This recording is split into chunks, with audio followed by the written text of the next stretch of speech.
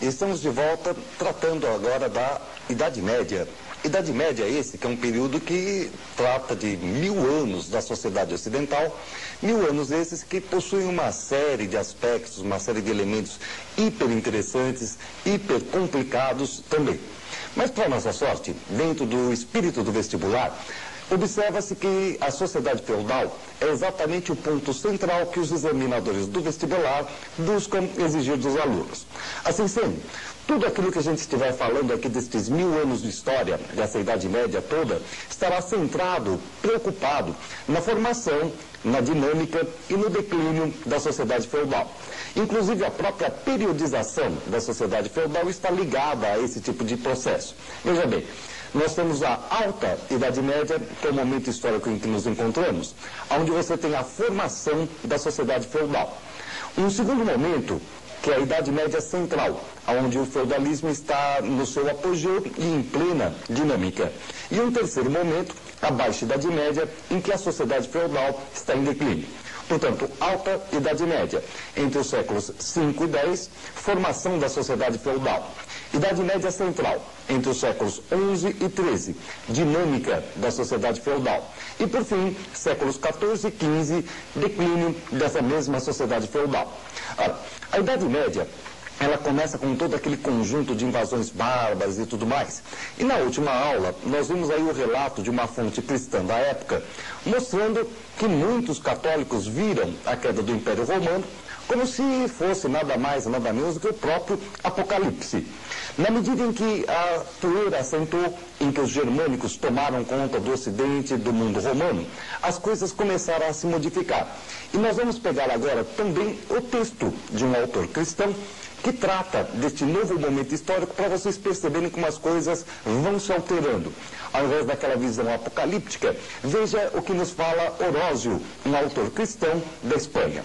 Ele nos diz exatamente o seguinte: os bárbaros deixam as espadas para tomar os arados e se fazem amigos dos provinciais. Estes preferiam uma pobre liberdade entre os bárbaros a suportar o peso tributário de Roma. Orósio nos mostra, portanto, toda uma nova visão que vai tomando conta do Ocidente. Que visão é essa?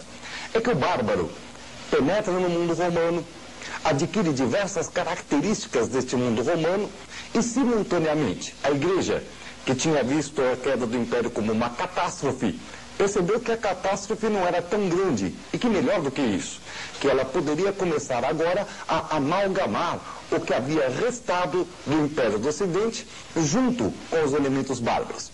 É justamente a união dos elementos romanos, a união dos elementos germânicos, amalgamados pela Igreja, que montam as 3 pedras de base daquilo que nós chamamos de Idade Média. A Igreja será responsável pela fusão da civilização germânica com a antiga civilização romana. E é isso que vai começar a criar de cristandade para o Ocidente medieval. Cristandade essa que, no entanto, acabou encontrando dentro dos inícios da Idade Média um fortíssimo opositor que até hoje vem aí preocupando a cristandade. É nada mais, nada menos do que o Islã. Islã que vai se expandir. Islã que vai também colaborar para a montagem da sociedade feudal. Veja bem, para montar o feudalismo, você tem diversos elementos, alguns estruturais, esses oriundos de Roma e dos reinos germânicos, outros conjunturais, que vão acelerar a sua montagem. Entre os elementos que aceleram a montagem da sociedade feudal, nós encontramos a expansão do Islã, essa nova religião agora que se propaga durante a chamada Alta Idade Média. Mas como a gente já havia colocado logo no princípio da aula, tudo que nós estaremos tratando a respeito de Idade Média estará vinculado à montagem da sociedade feudal. Por isso mesmo, vamos ver, então, qual a importância da expansão islâmica para a montagem da sociedade feudal. Vamos dar uma olhadinha, então, aqui no mapa e vamos perceber exatamente qual foi a importância da expansão islâmica para a montagem da sociedade feudal. Percebam, o Islã ele vai se expandir tanto para o Oriente quanto para o Ocidente. E o Ocidente é exatamente a parte que nos interessa. No Ocidente, neste momento, eles vão tomar toda esta parte aqui, ó, a região do norte da África, vão ultrapassar aqui o Estreito de Gibraltar e adentrar a Península Ibérica. E vão montar aqui, vão conquistar praticamente quase toda a Península Ibérica, com exceção aqui dessa parte nortenha, essa região aqui do norte, onde vão se montar os reinos cristãos. Percebam que, de repente, os muçulmanos vão, inclusive, determinar toda uma peculiaridade da Península Ibérica durante a Idade Média. Graças ao fato deles quase terem tomado completamente a Península Ibérica, os poucos cristãos que restaram ali no norte vão, durante todo este momento histórico, tentar reconquistar o território que havia sido perdido. É uma guerra longuíssima, que tem princípios ao redor do ano de 722 e que se chama Guerra de Reconquista. É, sem dúvida alguma, a mais longa guerra de toda a história da humanidade. É a chamada Guerra de Reconquista. Ela vai deste ano de 722 até o ano de 1492, vejam vocês, até o ano do descobrimento da América. Tá? Mas qual é a importância dessa conquista territorial muçulmana para a montagem do feudalismo? Vamos voltar aqui para o mapa e vamos tentar entender esse processo. Vejam bem, nós havíamos dito logo na nossa primeira aula a respeito de história geral que o domínio do mar Mediterrâneo era fundamental para a civilização ocidental na antiguidade e também dentro da chamada Idade Média. Os muçulmanos controlando o norte da África, controlando a Península Ibérica e mais tarde vão controlar também o sul da Itália. Eles dominam esta área aqui, ó. Eles dominam esta área que é nada mais, nada menos do que o Mediterrâneo Ocidental. E praticam uma série de ataques a estas regiões aqui que eles não haviam conquistado, o norte da Itália, a região sul do território francês. A população que habitava aqui esta região litorânea tende a fazer o quê? Tende a fugir para o interior do continente europeu. Portanto, uma primeira consequência da expansão muçulmana é o agravamento da ruralização europeia. Aquela ruralização que havia começado com a queda do Império Romano vai se agravar agora com a expansão islâmica. E em segundo lugar, graças ao fato do muçulmano estar tomando conta aqui do Ocidente Mediterrâneo, as relações econômicas, as relações comerciais entre o Ocidente da Europa e o Oriente vão estar extremamente dificultadas. Por isso mesmo, reduzindo a possibilidade econômica do Ocidente, fazendo e favorecendo aquela que é a economia autárquica, típica daquela que será a montagem da sociedade feudal. Portanto, vamos dar uma olhadinha no nosso primeiro resumo e fixar bem qual é a participação do Islã, as principais participações do Islã para a montagem dessa que é a chamada sociedade feudal. Nós temos dois principais elementos, portanto, gente. Olha lá. Em primeiro lugar, ela dificulta o comércio cristão no Mediterrâneo Ocidental, favorecendo, portanto, a economia autárquica, a economia voltada para a autossuficiência típica da sociedade feudal. O segundo elemento é que ela agrava a ruralização do Ocidente Europeu, ruralização que havia se principiado já lá no fim do Império Romano, agora se vê agravada com a expansão islâmica, graças aos ataques que os islâmicos fazem do lado do Ocidente Europeu. Isso posto, nós vamos ver que restou a cristandade e tentar se montar em cima de um dos reinos bárbaros que restaram aqui no Ocidente. E esse reino bárbaro é exatamente aquele que é o chamado Reino dos Francos, a montagem daquilo que nós chamávamos de Império Carolíngio.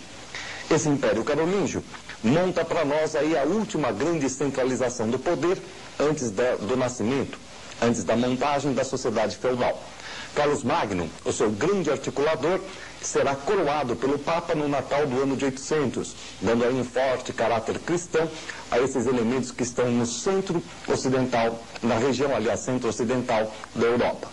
Isso posto, nós devemos lembrar também que o Carlos Magno acabou montando a sua autoridade num conjunto de relações extremamente preocupantes, frágeis. Como assim? Ele concede pedaços de terra, ele cede, portanto, lotes de terra chamados benefícios aos seus nobres, para que eles possam, portanto, governar estas regiões. Isso vai dar origem ao sistema de vassalagem, que durante o momento em que Carlos Magno está no poder funciona maravilhosamente bem.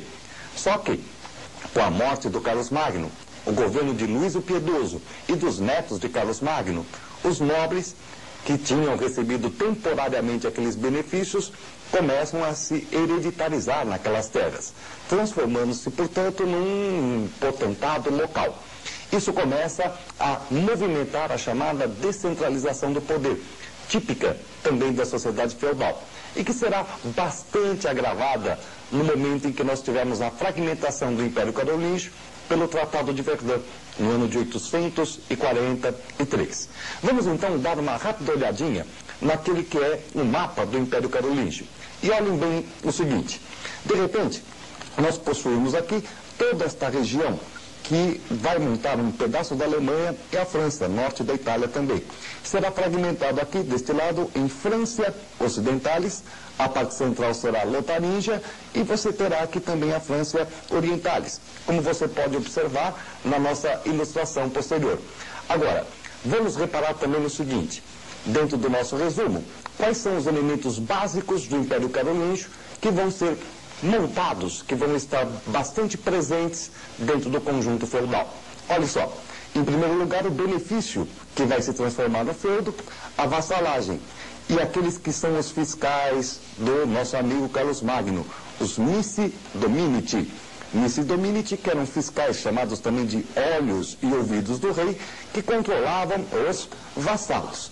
Só que isso de pouco adiantou logo após o Tratado de Verdun.